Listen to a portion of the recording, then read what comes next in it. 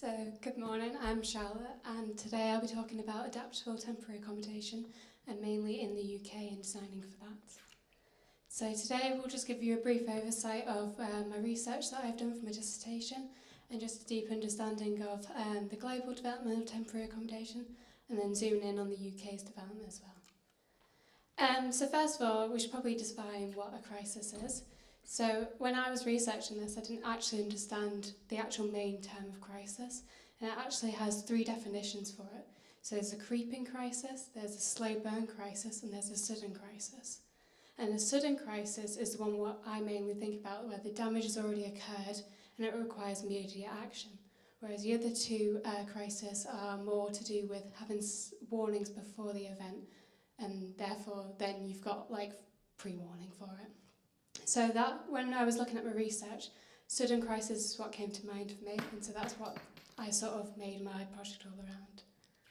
And with the temporary accommodation, we should probably define that as well. So temporary accommodation is given by the government, especially in the UK, and so it's a private sector rented housing for those who are in need. And I've looked into like the different types of structures that you have, and so you've got, say, tents, you've got plastic sheeting, prefabricated shelters, containers, and rental housing.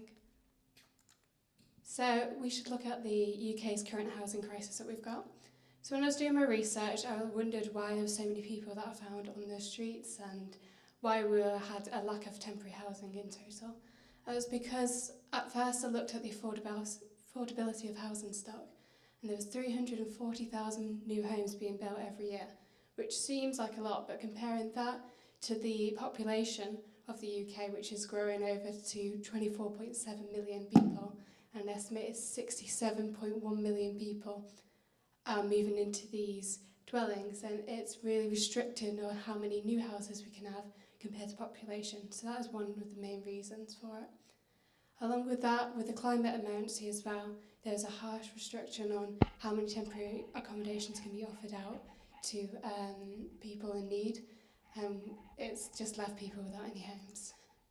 So I thought I'd look into the development of temporary accommodation throughout the years to understand how we've sort of developed through. So you can see here, we started off, I looked at pre-war time and up to the recent decade with the Ukraine crisis.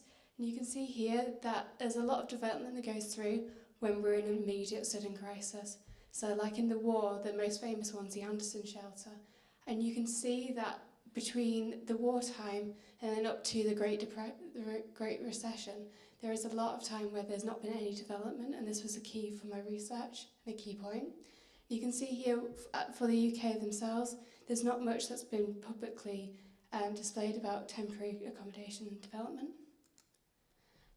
This one I chose as a case study, so this is a prefabricated unit, and Churchill, when he was looking to get more houses built, he said in the government that he wanted to have prefabricated houses in, which were used in America.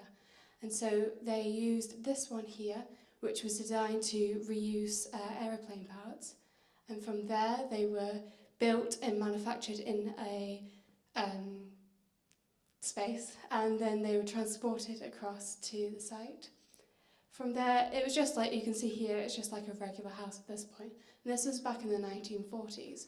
You can actually find that these houses still exist even now, even though they were meant to be, say, temporary. They actually were never were.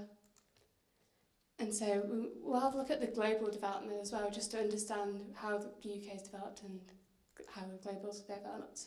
You can see here in the recent decade, it's actually started to build.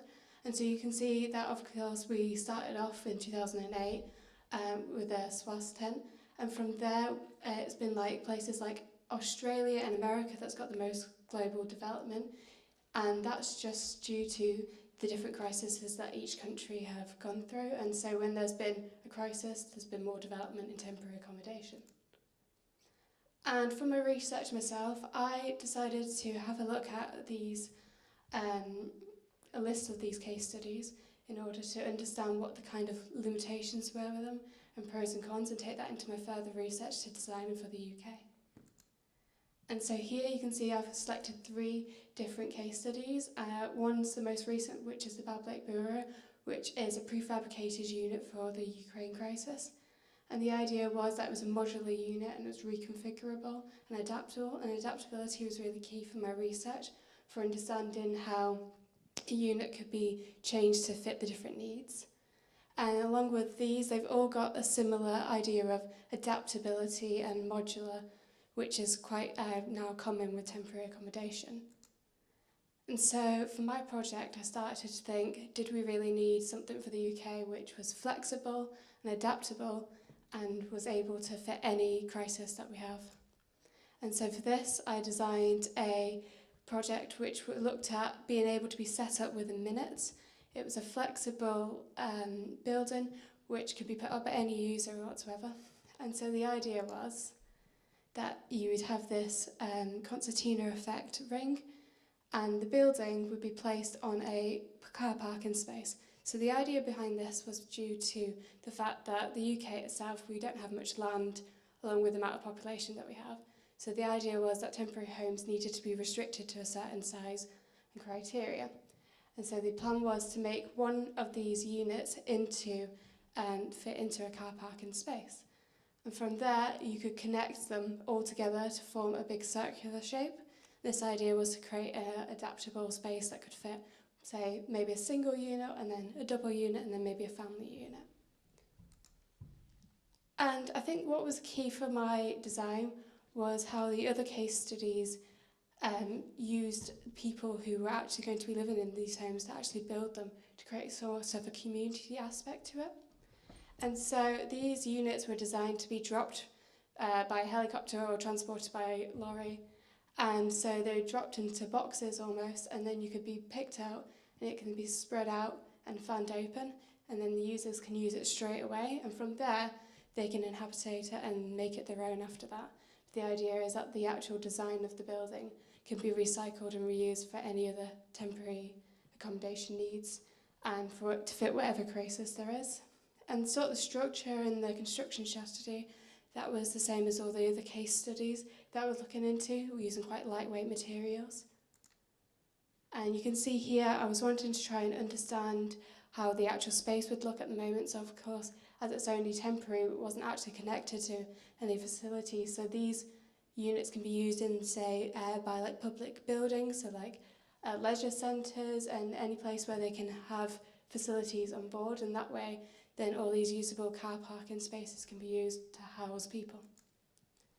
So my conclusion for future practice, I believe that if we start developing now with temporary accommodation, even though we're not in, say, an absolute sudden crisis right now, we'll actually be better prepared for the future when it does come around and we do have these sudden crises, so along with like climate emergency and things like that. It's becoming more and more often that we are needing these types of accommodation.